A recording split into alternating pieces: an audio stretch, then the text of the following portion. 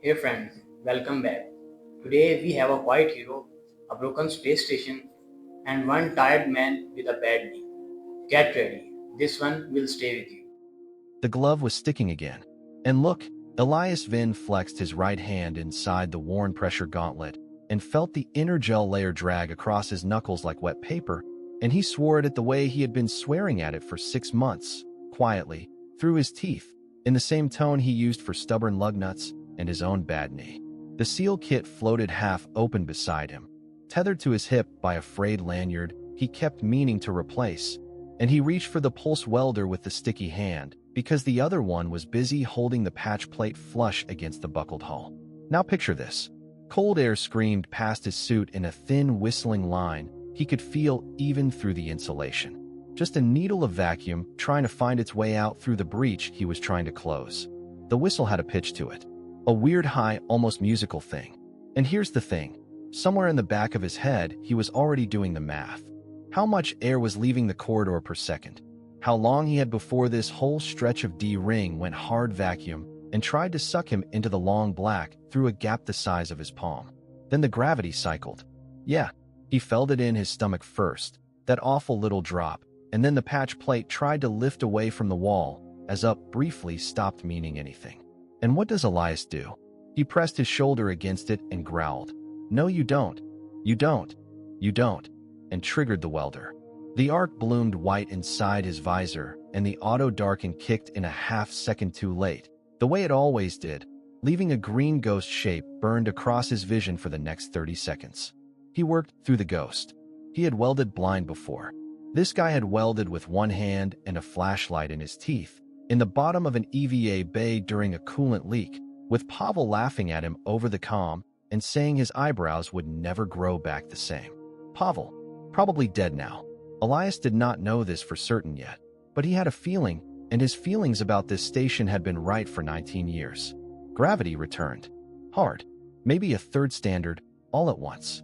His knees took the impact, the bad left one in particular, and a flat little spike of pain went up through his hip and lodged itself somewhere behind his belt. He breathed out slowly through his nose. The patch plate sealed.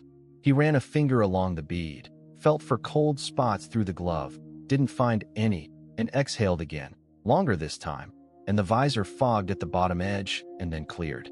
Then the HUD flickered. Pressure readings, oxygen, suit power, all of it stuttered for a quarter second and came back with the suit power bar reading something different than it had a moment ago. Elias squinted at it and decided not to trust either number. Smart move, honestly. He had stopped trusting his HUD around the third time it told him he was inside a section that was on fire when he was, in fact, not. "All right," he muttered. All right. He turned his head slowly, mindful of his neck, mindful of the way the suit ring liked to bite into his collarbone if he twisted too fast. And he looked at Mira. Okay, this part hurts.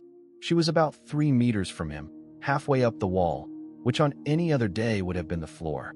Her tether had wrapped around her right ankle, and she had floated with her arms out as if she were doing a slow swan dive. And her face inside the visor was turned away from him toward the bulkhead. Small mercy that. Her left glove had come off somewhere. He could see the bare hand, the tendons standing out, the pale band where her wedding ring used to be before she stopped wearing it last spring. "I'm sorry, Mira," he said, the way he had been saying it for the last 20 minutes, the way he would probably keep saying it for as long as he was in the same compartment as her. "I'm sorry. I have to keep moving. I'll come back for you. I won't, but I'll mean to. God, tell me that line didn't get you." He pulled himself along the bulkhead handles toward the next breach. 3 more in this corridor that he could see. And here's where Elias starts noticing something off. The hull had taken something through it, more than once, in a pattern he did not like. See, decompression breaches were normally one of two things. Either something hit you from outside, clean entry, Messier exit, a single line of damage you could trace. Or something blew out from inside, flowering pattern, petals of metal curled outward, easy to recognize. These were neither. These were neat. These were small. These were placed. Wait, hold on. Placed? Someone or something is doing this on purpose. I do not like this. Yeah, you read that right. He had been telling himself for the last 20 minutes that he was reading too much into it. He had been telling himself that since before Mira stopped answering on comms. Just a bad day, he said to no one. Just a bad day at work. The next breach was high on the wall, almost at the ceiling, and he hauled himself toward it hand over hand, feeling every one of his 47 years in his shoulders. The patch kit knocked against his thigh. His left knee throbbed in a way he had learned to ignore around year 12 and had never learned to ignore around year 19. He thought, dimly, that if he made it through the shift, he was going to take the last of his accumulated leave and go down planetside and sit in a chair. Just sit. For a week. Possibly two. He wasn't going to get that chair. He was almost at the breach when he heard the sound in the wall. It was nothing at first. Just a scrape. The kind of small mechanical noise you heard 100 times a day in a station this old. Coolant lines flexed. Insulation settled.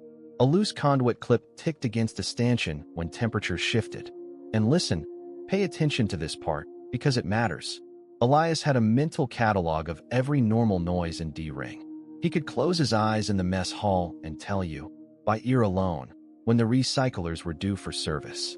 He had once stopped a junior tech mid-sentence to say the water reclaim is going to fail in about 6 days, and been right within 4 hours.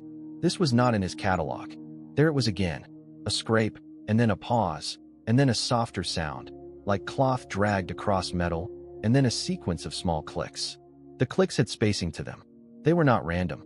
Elias held very still, his gloved hand frozen on the handle, and listened with the specific focus of a man who had spent his entire adult life listening to walls. The clicks moved, started somewhere above his head, traveled along the line of the ventilation duct that ran the length of the corridor, paused at the junction where the duct branched toward the recyclers, and then continued past him toward the sealed pressure door at the far end. Okay, Elias said very quietly. Okay, that's not the recyclers. Understatement of the century, Elias. He stayed still until the sound had passed all the way down the corridor and faded into the bulkhead at the end. Then he pulled himself up to the breach and started welding again. Because what else was he going to do? If he stopped welding, the spin would tear the corridor apart inside the next 90 minutes. And if it tore the corridor apart, it would unbalance the spin section. And if it unbalanced the spin section, it would put stress on the central spine. And if it put stress on the central spine, then somewhere very far below them, on a planet he had never visited, a great deal of cable was going to come down through clouds. He welded. The arc lit the corridor white. In the white, he saw his own reflection in Myra's visor for half a second, distorted, like a face in a spoon. He did not look again. I would not have looked again either. The HUD flickered. The breach sealed. He moved on. Somewhere in the wall above him, the clicks started up again, in a different place this time, and he pretended very hard that he had not heard them. Now here's where the dread really kicks in. He worked his way along the corridor toward the pressure door and tried to remember the last time he had heard Pavel's voice on the comm 16 minutes ago. Maybe. Pavel had been in the hub, 3 rings inboard, complaining about a coolant manifold. Then a thump. Then nothing. Elias had called for him twice and got no answer. And then the general comm had gone strange, full of soft static. And once, briefly, a sound that might have been a man trying to scream through his own hand. After that, Elias had stopped using the open channel. Wouldn't you? Yeah, I would shut it off too.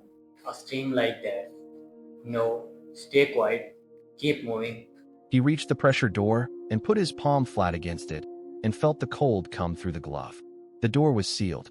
The little display beside it said the next compartment was at 1/3 atmosphere and falling, which meant somewhere on the other side there was a breach he could not see, and the door would not open until he overrode it. He keyed in his maintenance code with one finger, slowly, because his hands had started to shake a little. Not from fear, he told himself. Just from the cold and the gravity cycling. Just from being 47 and tired. Sure, Elias. Sure. The door cracked open and air whispered around the seal.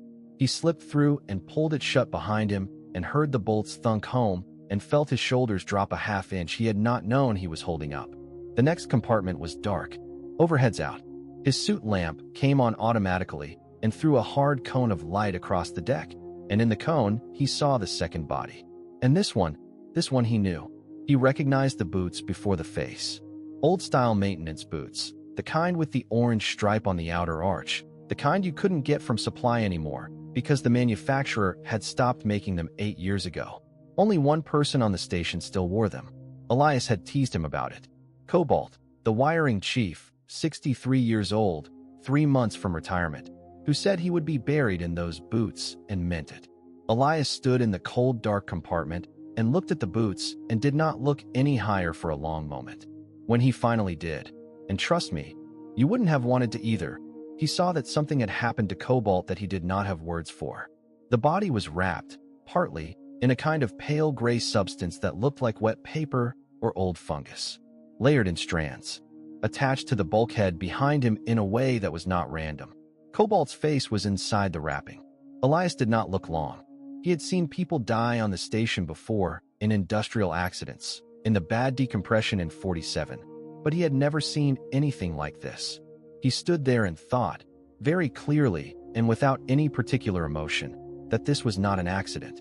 That was the thing his mind kept circling back to. This was not an accident. The breaches were placed. The clicks moved with intent. Cobalt was not just dead. He was being kept somehow, pinned to the wall like a sample. Okay, Elias said, again, because okay was the word he reached for when nothing was okay.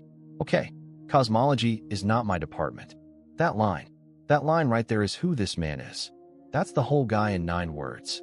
He stepped around Cobalt as carefully as he could, murmured an apology when his boot brushed the orange stripe, and kept moving. The corridor sloped slightly here, the curvature of the ring becoming visible to the eye, and he followed it inboard, listening with every part of his body to the walls around him. Now here's what's driving him. He had to reach the central spine. That was the only thought he allowed himself to hold cleanly. The stabilization core was somewhere down at the heart of the station, the place where the tether anchor cable met the main structural truss. And if it was failing, then nothing else mattered. Decompression was a problem. You could fix one breach at a time. The core was a problem that fixed nothing if it was not fixed first. He had heard the warning chime in his suit 40 minutes ago, the long, low one that meant primary stabilization integrity was outside nominal. He had ignored it for the first 20 minutes because he had been busy not dying. He could not ignore it any longer. The corridor curved. He passed an emergency locker that had been torn open from the outside. Metal peeled back in 3 long parallel strips, like something had reached in with fingers and pulled. The medkits were gone. The flares were gone. The oxygen bottles were gone. He stared at the locker for a moment and then turned away because he could not afford to start cataloging what he was seeing. The cataloging would happen later, if there was a later, in some debrief room with bright lights, with a counselor who would ask him how he was sleeping. He was not sleeping. He moved on. And then, somewhere behind him, a long way back along the corridor, he heard the pressure door he had just sealed begin to whisper open again. He did not turn around. He did not stop walking. He listened to the door slide and listened for the bolts to thunk, and they did not thunk, and that meant the door was being held open. And he kept walking and did not look back, and the clicks began again, much closer now, on the other side of the wall to his left, traveling in the same direction he was traveling, keeping pace. "Going to ignore you," he said softly. "Going to ignore you. You're not on my list. I love this man." The clicks kept pace for another 20 meters and then dropped behind. He didn't know if they had given up or just gone elsewhere. He decided he didn't care. He had work to do. His knee throbbed. His glove stuck. The HUD flickered. He kept moving. The corridor curved on, and he followed it, one handhold at a time, deeper into the wounded body of the station. So here's where it gets worse. He came out of the curving corridor into a transit junction and saw the window. Just a small porthole, set into the inner wall of the junction, a relic from when this section had been part of the original observation ring before they retrofitted it for transit use.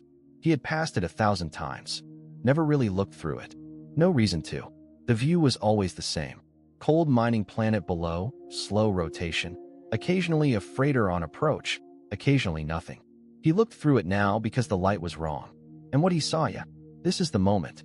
The frosted glass was scored with a long arc of new damage on the outside, as if something had drawn a fingernail across it.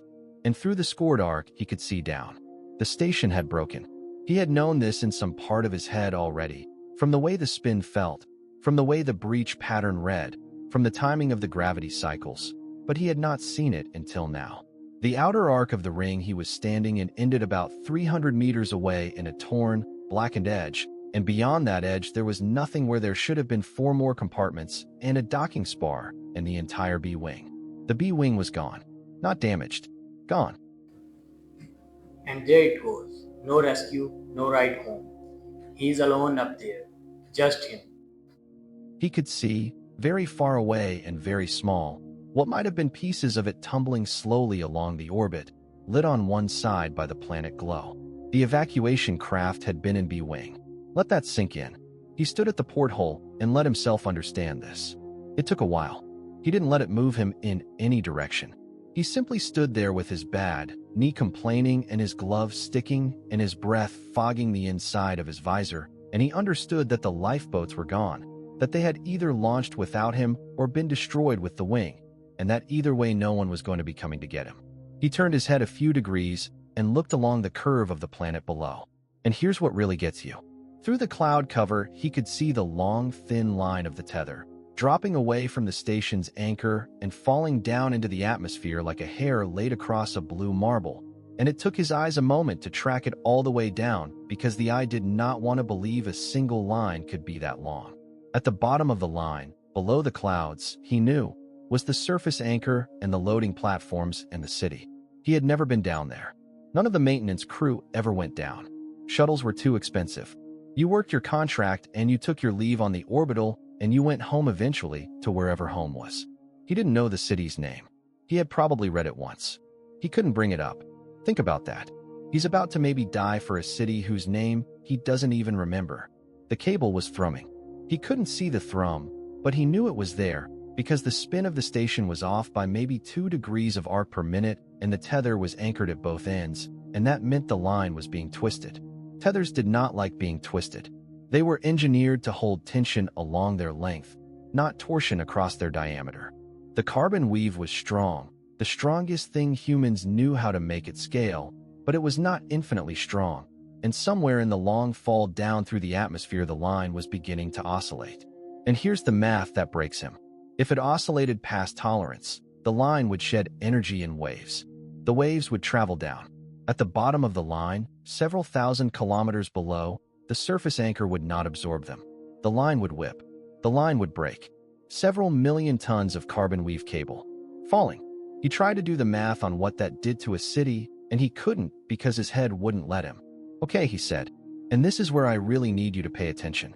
He pressed his forehead against the inside of his visor because he couldn't press it against the cold glass of the porthole.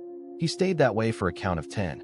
He thought, with absolute clarity, about taking off his suit, about finding a corner of the station that still had air, sitting down, and taking off his suit.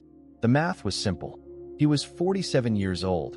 His knee was failing. He was 19 years into a 25-year contract with a company that would not even know to look for him for another 4 shifts. The lifeboats were gone, and there was something in the walls.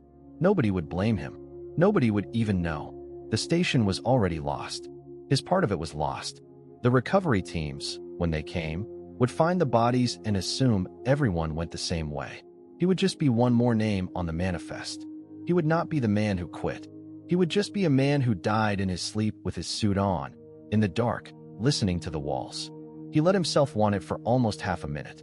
Almost. Then he straightened up and set his shoulders back as much as the suit would let him and unclipped a small pad from the inside of his thigh pouch. Now here's the thing that saves him.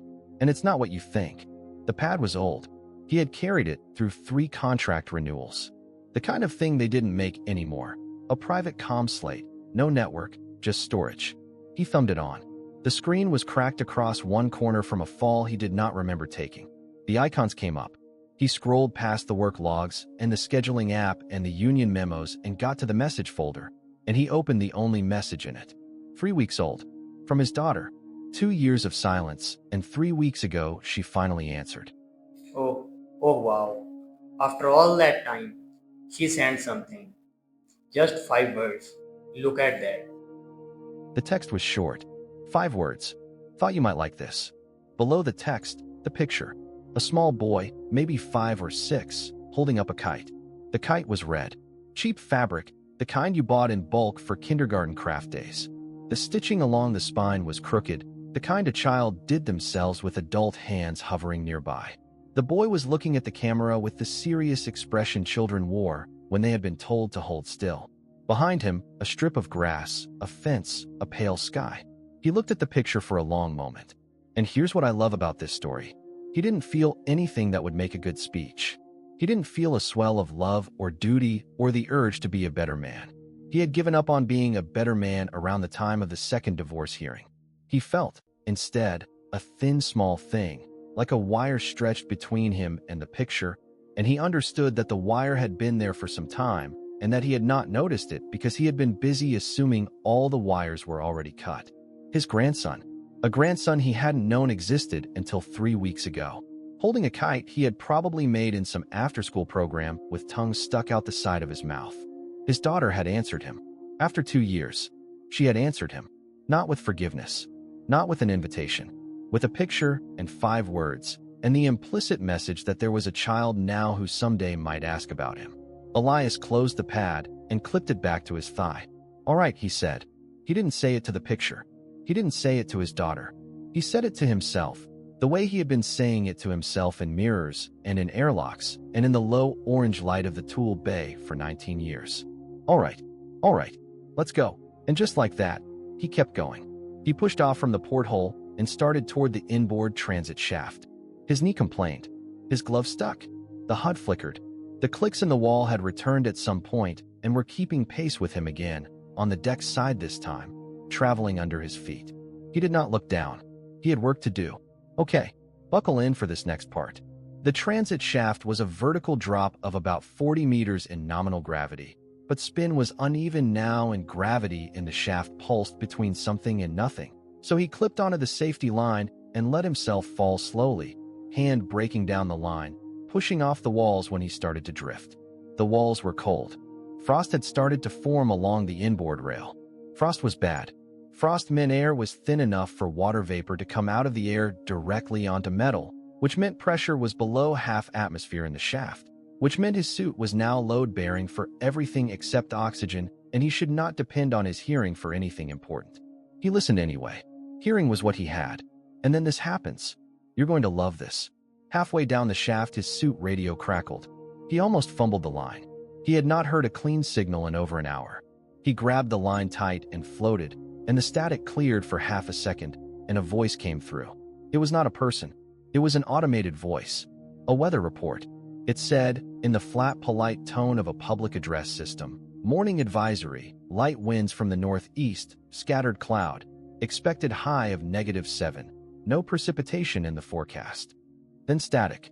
Then the voice came back, mid-sentence. "Remember to keep walking lanes clear. School routes will be patrolled as usual. Have a safe day." Then static again. He clung to the line and listened to the static for a long time, in case it came back. It didn't. Surface bleed. Atmospheric bounce. Some long quirk of antenna geometry had let a public weather report from down on the planet's surface skip up through the broken comm tower and into his helmet, and now it was gone again. A weather report. For a city he did not know. With clear roads and patrolled school routes, and an expected high of -7. And what does Elias do? He laughs. He started laughing. He didn't mean to. It came up out of his chest in a flat, exhausted single bark, and the laugh hurt his ribs, and he pressed his head against the inside of the visor and laughed again, smaller this time. "-7, he said. "Bundle up, kids. I'm telling you, this man is something else." He kept descending. The clicks had come back. They were in the shaft wall now, on his right-hand side, and they were moving down with him, matching his pace. He had stopped trying to decide whether they were aware of him in any meaningful sense. He had decided that the aware or not aware question was above his pay grade. They were a thing in the wall. He was a thing in the shaft. The wall was between them. As long as the wall stayed where it was supposed to be, the question did not need answering. He came out of the shaft into a horizontal corridor that ran along the central spine. Here the gravity was almost nothing, just a gentle suggestion outward, and he pulled himself along by the handrails with practiced economy. The corridor was lit by the dim red of emergency lighting, and the lights pulsed every few seconds with the irregular rhythm of a power system that was trying to die gracefully and failing. He passed a hatch that led to the secondary coolant network. He passed an intersection where one of the cross passages had been sealed off by a wall of the same pale gray material he had seen wrapped around cobalt. The wall was shoulder height and growing. It was thicker at the bottom than at the top. Whatever it was, it had been laid down deliberately, layer by layer, like masonry by a slow, patient hand. Yeah, that's not great. He skirted around it. He didn't touch it. He could feel the temperature drop through his glove as he passed, as if the substance was colder than the air around it, which made no thermodynamic sense, and which he filed under the same category as the clicks. He kept moving. The corridor curved, opened into a junction, and there in the junction was the access plate for the first coolant rerun he needed to make. He pulled himself down to it, anchored his boots in the floor loops, and got out the manual override key. So here's what he's facing. The rerun was the first of what his head was already calling the long work. To get the stabilization core back online, he was going to have to do 6 things in sequence, in 6 different parts of the station, with hand tools, while the suit's HUD lied to him, and the gravity cycled, and the temperature dropped, and the things in the walls kept clicking. He had laid out the sequence in his head while he was descending the shaft. Coolant rerun here. Power isolation in Section J, manual valve closure on the secondary loop. Realignment of the spin damper on Level 2. Bypass on the main bus. Then the core itself. 6 things. Alone. Dying. With monsters in the walls.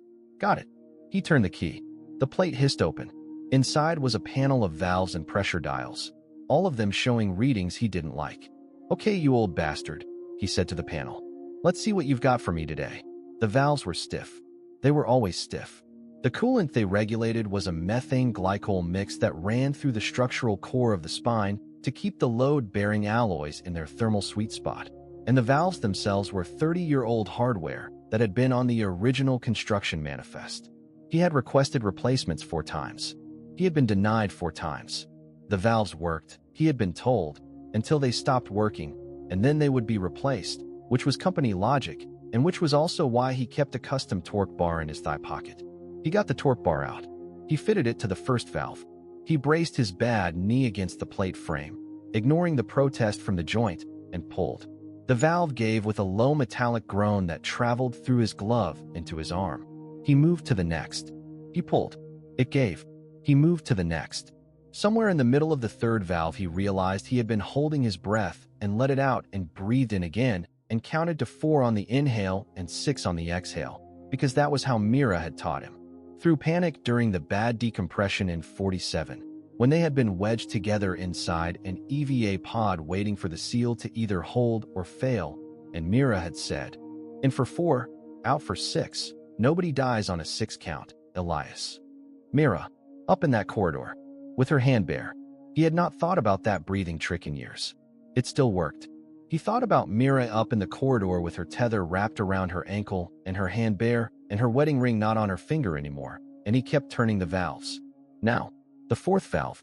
The 4th valve was seized.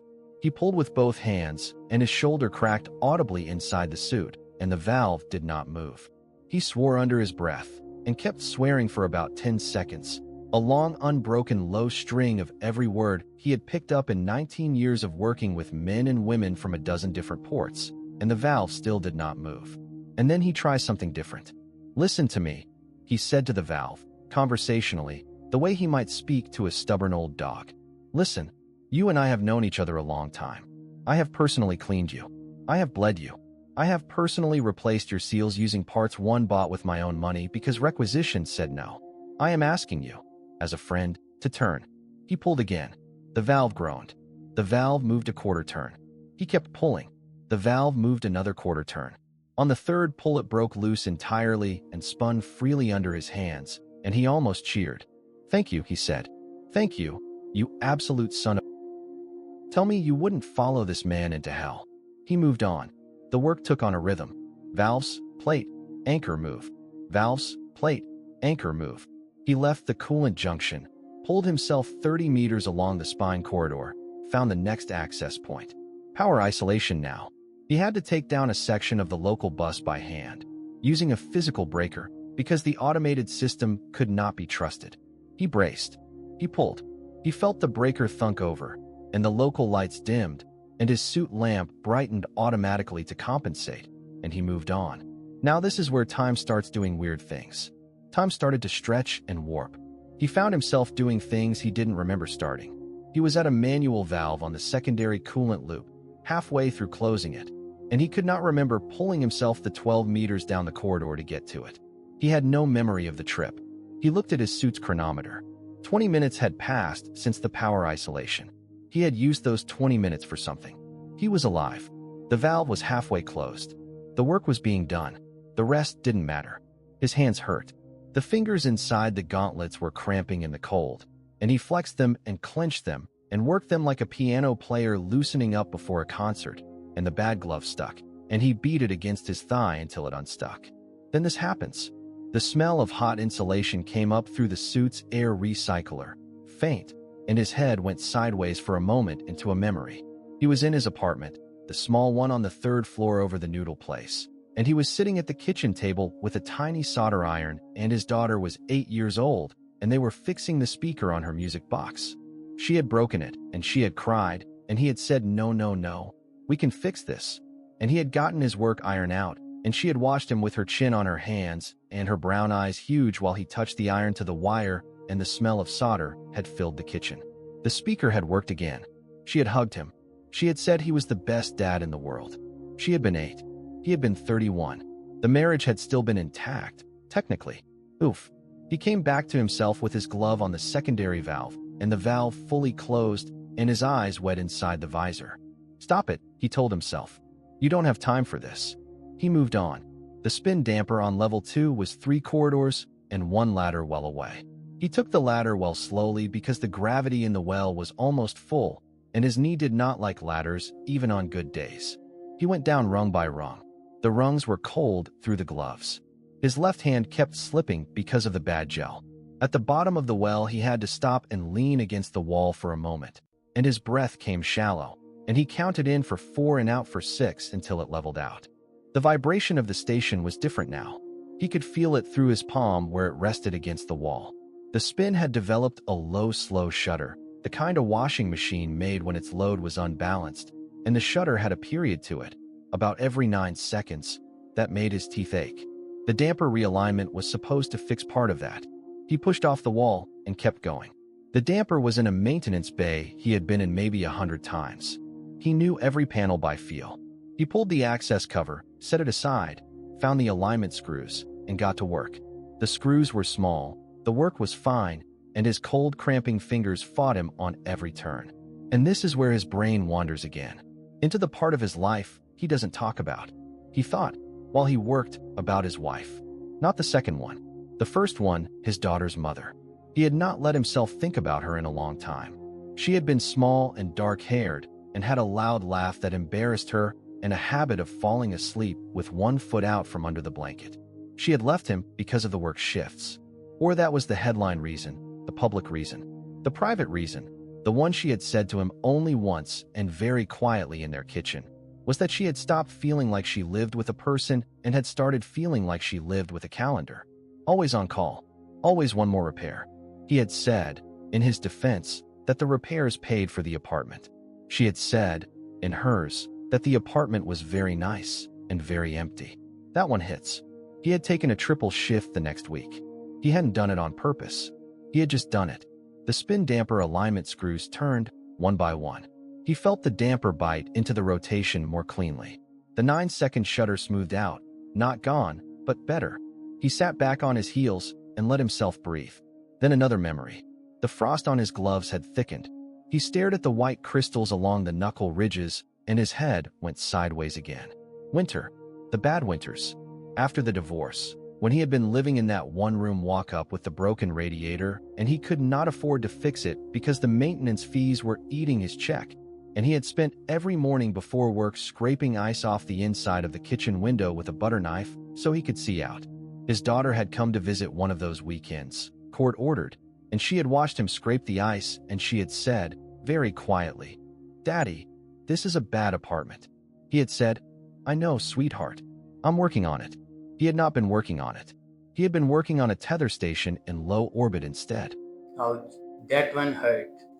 The job paid the bills, but the bills were never the point. Yeah, there it is. The whole tragedy of the man, in 2 sentences. He blinked, and the frost was still there, and he was still in the maintenance bay, and the damper was aligned. He moved on. Okay, the bypass. The longest leg. The bypass on the main bus was the longest leg. He had to traverse 2 ring sections, and a depressurized junction to get to it. The depressurized junction was hard. It was the section where the gravity cycled most violently, and he had to time his movements to the cycles, pushing off when the gravity dropped, anchoring when it returned. He misjudged once, and the gravity came back at almost full strength while he was midair, and he came down hard on his shoulder against a bulkhead and felt something in the suit's pauldron grind in a way it should not have. He lay there for a moment, blinking, breathing, and then, somewhere very close, on the other side of the bulkhead his shoulder had hit, the clicks started up again. They were louder here. They had a different pitch. There was a rhythm to them now, a kind of conversation. Multiple sources answering each other. Yeah, multiple, plural, several of them. He held very still. He listened. They moved past him along the wall, a slow group of them, and he had the impression, without seeing anything, that there were several of them and that they were not in a hurry. They were simply going somewhere. They had business to attend to, and he was not their business at this exact moment. He waited until they had gone. Then he stood up, and his shoulder hurt, and his knee hurt, and he kept moving. Of course he did. At the main bus, he opened the housing and started the bypass. This was delicate work, the kind he had done 1,000 times. 2 leads to disconnect, 2 leads to reconnect, in a specific order, with the right insulation, in a confined space, with cold fingers. He hummed while he worked. An old song his mother used to sing in their kitchen, in a language he no longer spoke fluently. He didn't remember the words. He remembered the tune.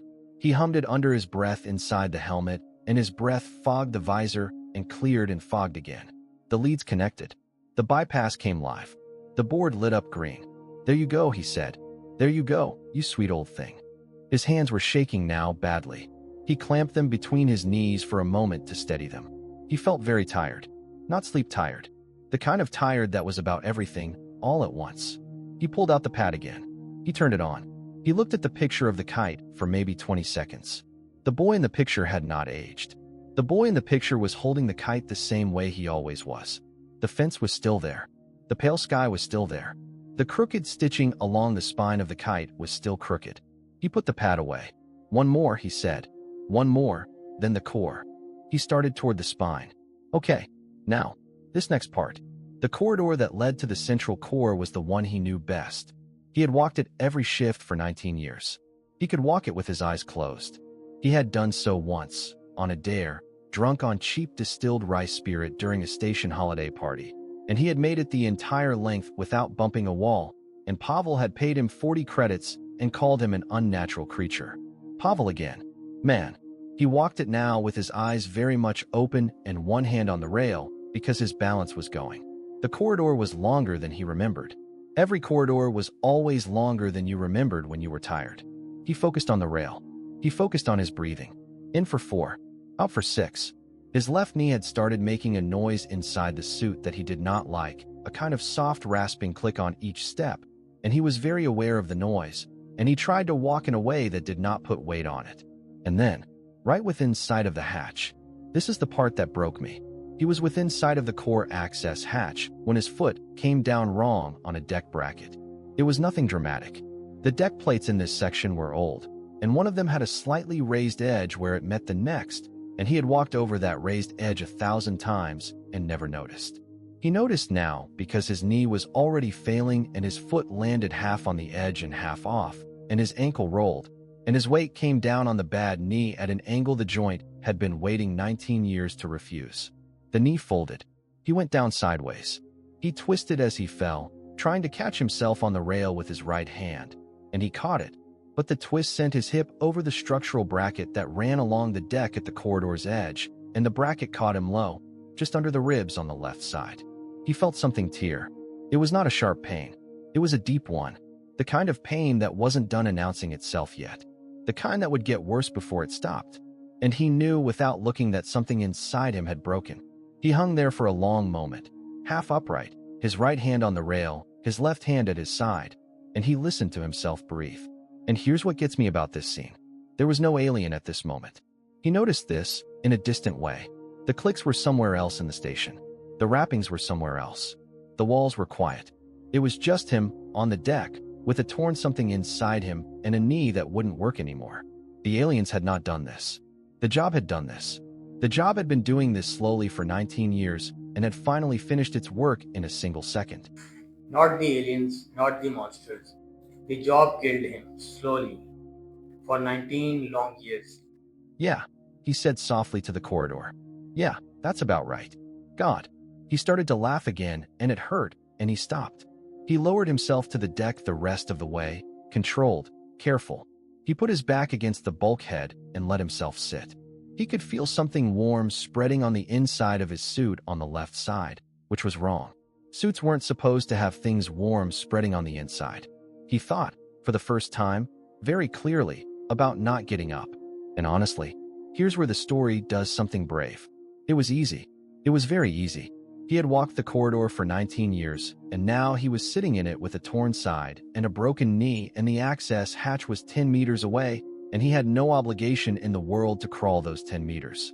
The recovery teams, when they came, would find him here, and they would write down on a form that he had died of his injuries during the incident, which would be true, and nobody would ever know that he had been 10 meters from the core access hatch and had stopped.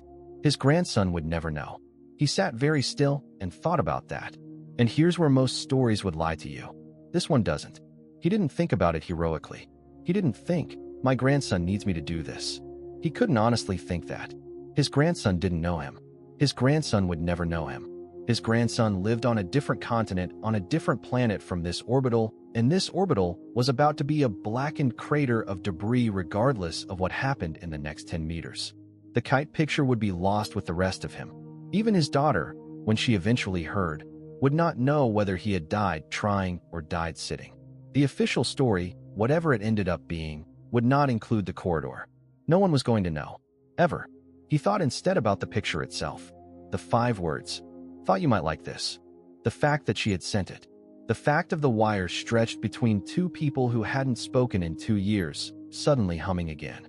He thought about the boy holding the kite and how cheap the fabric was and how careful the stitching had been and how someone, somewhere, had sat on a kitchen floor with that boy and helped him sew that kite with adult hands hovering nearby.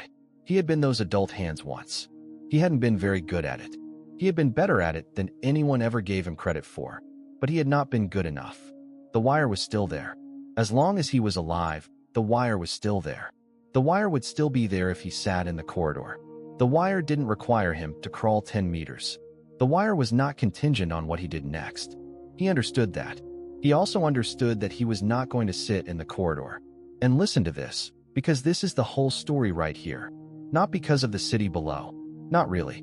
Not because of his grandson, exactly. Because of the wire.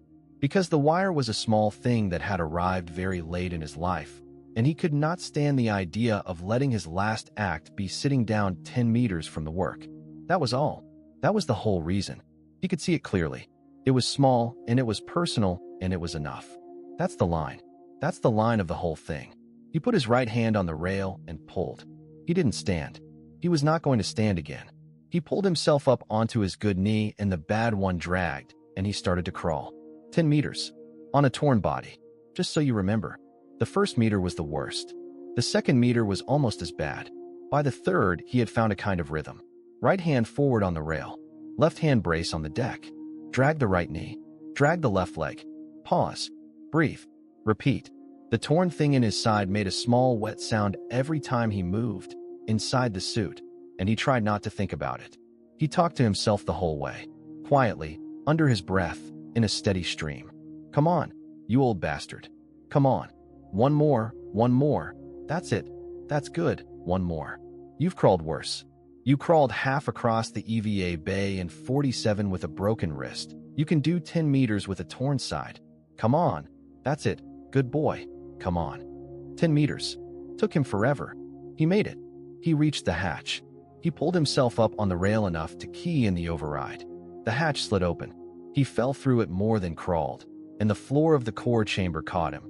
And he lay there for a moment looking up at the ceiling. And the ceiling was the same ceiling he had looked at 1,000 times, with the same old water stain in the corner from the time the coolant overflowed in 52. And somehow seeing the stain steadied him. Of course it did. It was home. He rolled onto his good side. He looked at the core.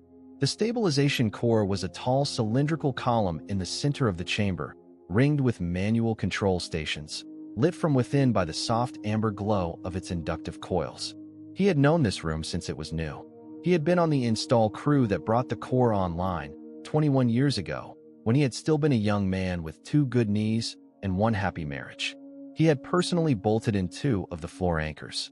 He had carved his initials into one of them, on the underside, where no one would ever see. That detail, that's the whole man. The core was failing. He could see it in the readouts. The coolant flow was erratic, and the magnetic confinement was slipping in a slow asymmetric way that meant manual restart was the only option left. Manual restart meant somebody had to sit at the regulation panel on the inboard face of the core and work the coolant flow lever by hand for the duration of the restart cycle, which was 40 minutes, while the radiation shielding on the inboard face was offline because the shielding was tied to the magnetic confinement and the confinement was the thing being restarted. 40 minutes. With the shielding down. You do the math. 40 minutes at the panel, at this distance, with the shielding down. He didn't need the suit's dosimeter to tell him what that meant. He had been in the safety briefings. He knew the curves. He dragged himself to the panel. It took him almost 5 minutes. When he got there, he hauled himself up with his good arm and got himself seated in the small operator's nook with his back against the console wall and his torn side resting against the cool metal, which felt very good, and he reached up and put his hand on the lever. He sat there for a while without moving the lever. And this is the moment. This whole story has been building to this moment. He listened to himself breathing. He listened to the soft tick of the suit's air recycler. He listened to the deeper hum of the core, the long, steady, sustained note of the inductive coils trying to hold themselves together. And he listened, somewhere far off in the body of the station, to the faint sound of the clicks. They were not in this room. They had not come to this room. He didn't know if it was because they couldn't, or because they had no interest, or because some accident of geometry had kept them out. He didn't care. They were scenery. I love that. The aliens are scenery. The job was always the antagonist. He thought about all the rooms he had worked in over the years. None of them had been photographed. None of them had names anyone would recognize. Coolant Gallery 7. Auxiliary Pump Bay. Maintenance Crawl 12. He had spent more hours in those rooms than he had spent in his own apartments. He had known their smells and their sounds and the particular ways their lights buzzed. He had loved some of them, in the small, unspoken way you loved a place where you had done good work. None of them had ever loved him back. None of them ever could. They were rooms. He thought about how nobody photographs the rooms. Yeah, he said softly. All right. He pushed the lever. Here we go. No turning back now. 40 minutes. No shield. He knows what this means. The core began its restart cycle. The amber glow shifted to a deeper orange, and the hum changed pitch, going up a half step, becoming a long sustained chord of 3 frequencies. He could feel the radiation in his bones the way you feel the sun on a summer day with your eyes closed, a warmth that was not really warmth, a presence that was not really light. His dosimeter chimed once, politely, and he reached over and turned it off. He didn't need it telling him things he already knew. He worked the lever. There was a pattern to it. A slow cycle, every 6 seconds, push and hold and release, push and hold and release. He had practiced this in simulation 20 years ago and had never used it in real life. He didn't want to think about how rusty he was. He worked the rhythm. He counted the seconds in his head. Push for 1 and 2, hold for 3 and 4, release for 5 and 6. Time stretched out.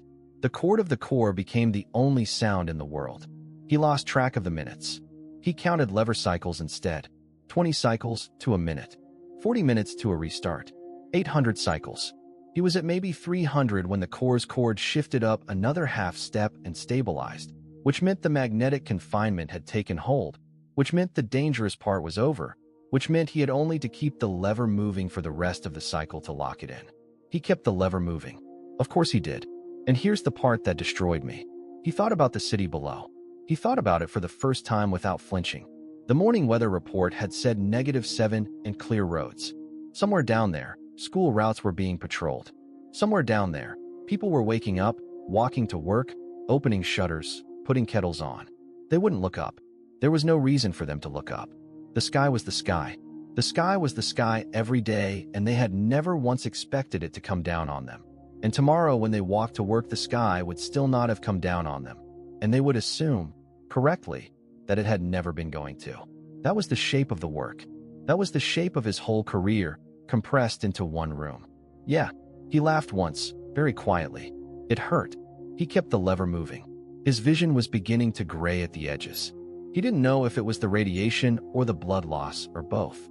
It didn't particularly matter. The lever cycle did not require eyes. He could feel the resistance of the lever through his glove, even through the cold and the cramping, and he could count 6 seconds without a clock. And then he started saying his goodbyes. In his head, to people who would never know.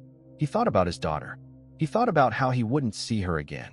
He thought about his grandson, who he had never seen and who he would never see, and he found that he wasn't bitter about that. He was, in a quiet way, glad to have known the boy existed at all. The picture was on the pad, and the pad was clipped to his thigh. It would burn with him eventually. That was all right. He had looked at it. The looking had happened. The looking could not be unhappened. He thought about Mira. He thought about Cobalt and his orange-striped boots. He thought about Pavel, somewhere up in the hub, who he hoped had gone fast. He thought about the others on the manifest he hadn't seen, and he hoped each of them, individually, by name, had gone in some way that didn't hurt. He kept the lever moving. And then, the core's cord went up another half step and locked. The board lit up green. The restart was complete. He could hear the change in the station's structural hum the same way a mechanic hears a misfiring engine settle into rhythm. The shutter was gone. The spin was steady. The tether was not going to break. The cable was not going to fall. The city below would wake up tomorrow. He did it. He let go of the lever. His hand stayed in the air for a moment, the fingers slowly curling, before it fell into his lap. He sat there with his back against the console wall and his torn side cool against the metal, and he listened to the station around him. It was quiet, not silent, quiet. The hum of the core was steady. The coolant pumps were ticking over with the slow rhythm they were supposed to have. Somewhere far away, distorted and faint, he could hear the broken automated announcement still looping in the corridor he had left an hour ago, repeating its corrupted phrase in a voice that no longer belonged to anyone. His vision was very gray now. The edges were dark. The center of his sight was a small, bright tunnel that contained the amber light of the core and not much else. Now I want you to feel this last part with me. Slow. He could feel condensation freezing in the upper corners of his helmet. The tiny crystals were forming in the same places they always formed in old suits with failing humidity controls, 2 small constellations at the seam where the visor met the collar ring. He could smell burnt insulation through the air recycler, faint and sweet. His gloved fingers, when he laid his right hand against the warm pipe of the coolant trunk that ran beside the console, felt nothing through the cold, cramping numbness. But he could feel through his palm that the pipe was warm, the kind of warmth a thing has when it is alive and working, the kind of warmth a horse has under its winter coat. The station's vibration came up through his palm in a slow, steady rhythm under the warmth. Long, even strokes, like deep breathing. He lay his head back against the console wall and listened to it, and felt it, and let it be the last thing. He pulled the pad out one more time. His hands almost didn't work. He thumbed it on. The screen lit. The boy with the kite was there, holding the cheap red fabric, looking out with a serious face. The crooked stitching along the spine was still crooked. The fence behind him was still there. The pale sky was still pale. Elias didn't have the strength to keep holding the pad up. He let it rest on his chest, propped against the suit's chest plate, the screen tilted toward his visor. The visor was cracked across the lower right corner. He hadn't noticed when. The crack ran diagonally across the picture, splitting the kite into 2 unequal pieces. It didn't matter. He could still see the boy. He could still see the red. The tether's hum traveled up through the warm pipe under his hand. The crystals at his visor corners thickened very slowly. He breathed in for 4. He breathed out for 6. The kite was still there. And that is the story. No medals, no crowd. Just one tired man doing his job. So a boy can fly his kite. Hit like if this moved you and subscribe the channel.